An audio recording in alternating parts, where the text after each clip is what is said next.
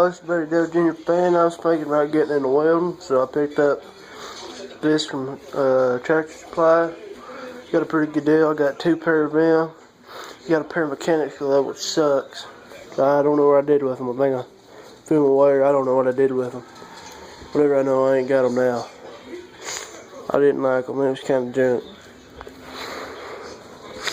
Put these on for you. And these are Hobart. See, there's the name Hobart. They're probably about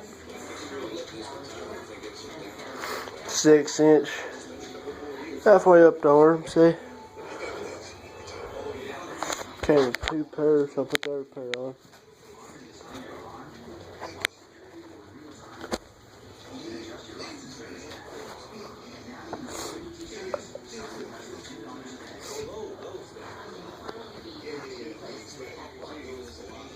See, I got 3 pair of them for $20. Except the 1 pair of the mechanics glove sucked. Check out my dog rolling around on the ground.